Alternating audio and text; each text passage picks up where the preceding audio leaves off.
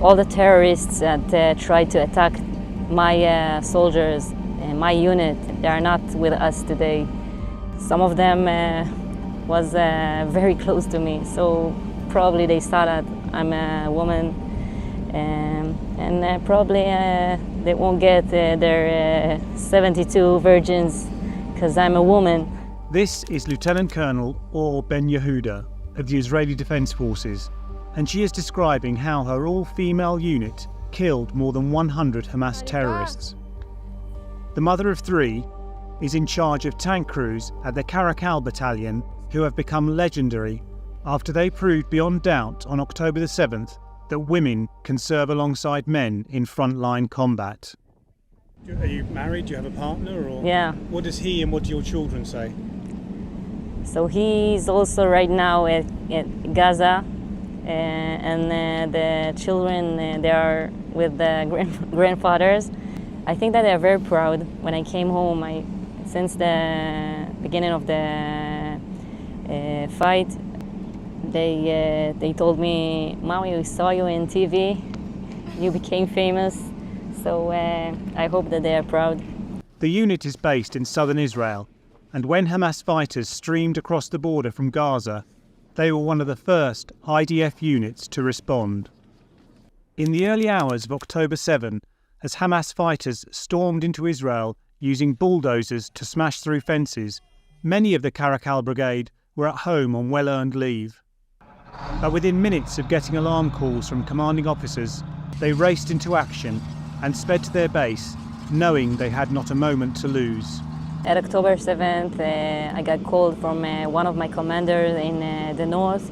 He told me that they can hear red code alert and lots of bomb and rockets everywhere. Some of them just bombed in the base. He called me again and asked me to help him and his soldiers at Sufa base. It's near Kibbutz Sufa, and we all knew our mission.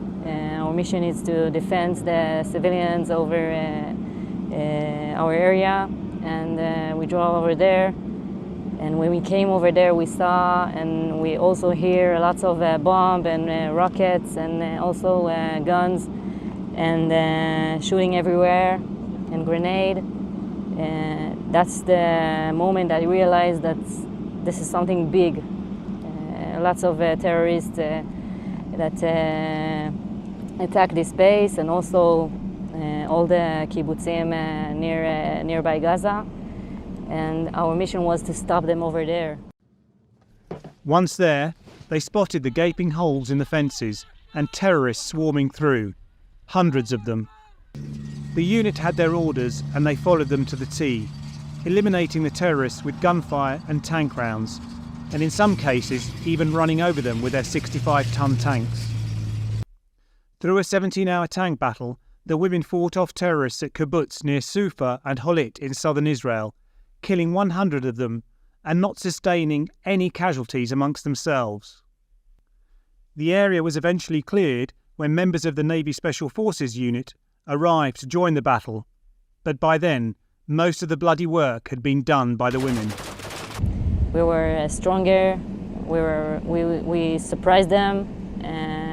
The reason that there was a big success because none of them expect us to came out from our bases with the tanks and also the infantry soldiers and the drive from the south to the north.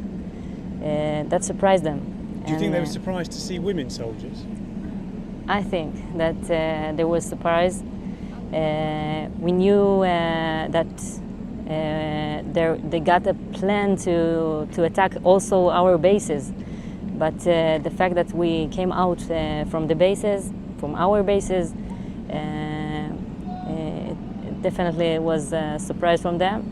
And also I can say that some of them was very close to me, so probably they saw that I'm a woman, and probably they won't get their 72 virgins because I'm a woman.